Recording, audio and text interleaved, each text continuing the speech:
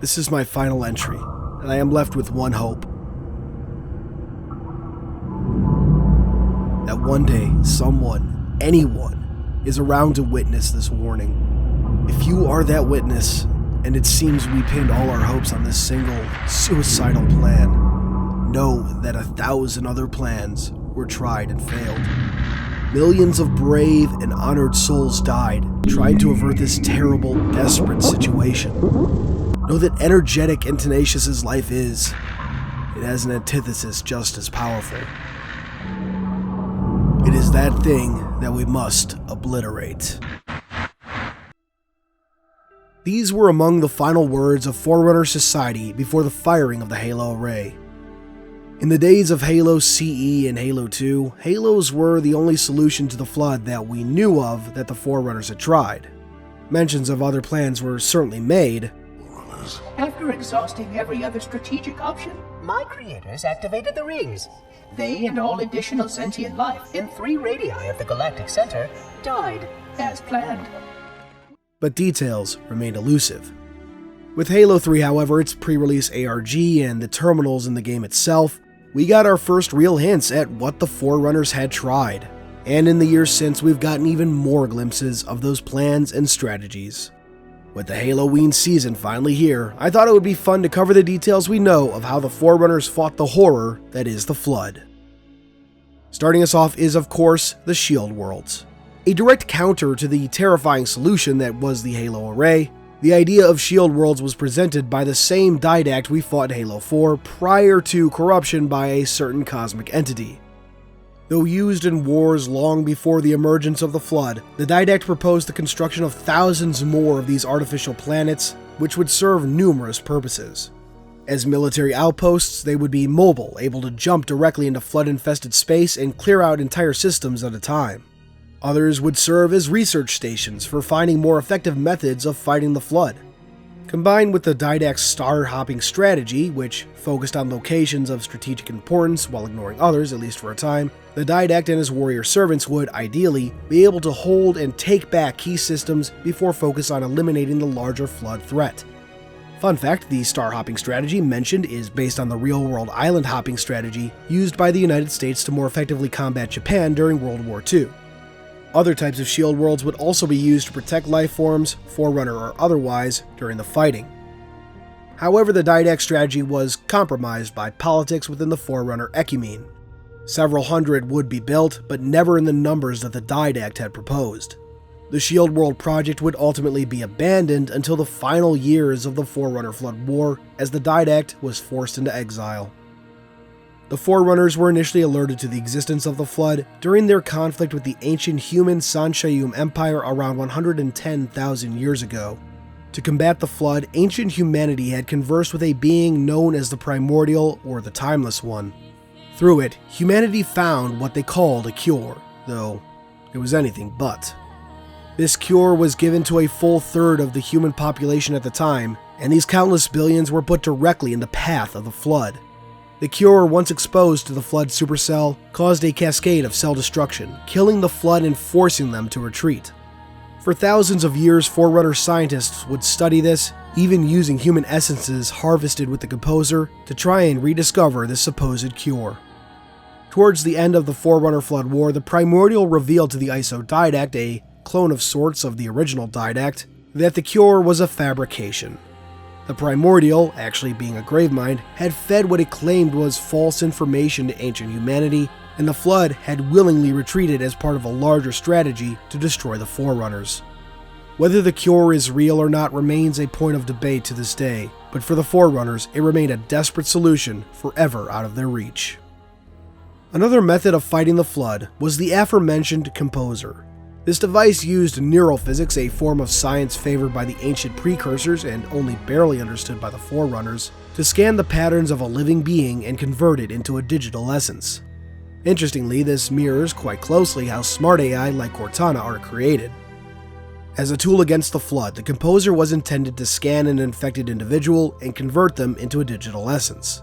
The Flood corruption could be removed from the essence and then imprinted on an artificially constructed, healthy body.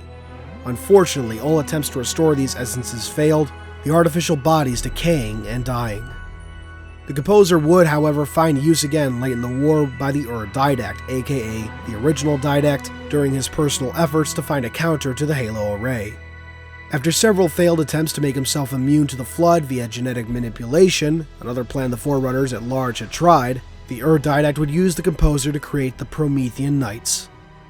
The first batch of Knights, created from actual Forerunner Prometheans who had volunteered to undergo the process, seemed to be effective, but not on the scale necessary.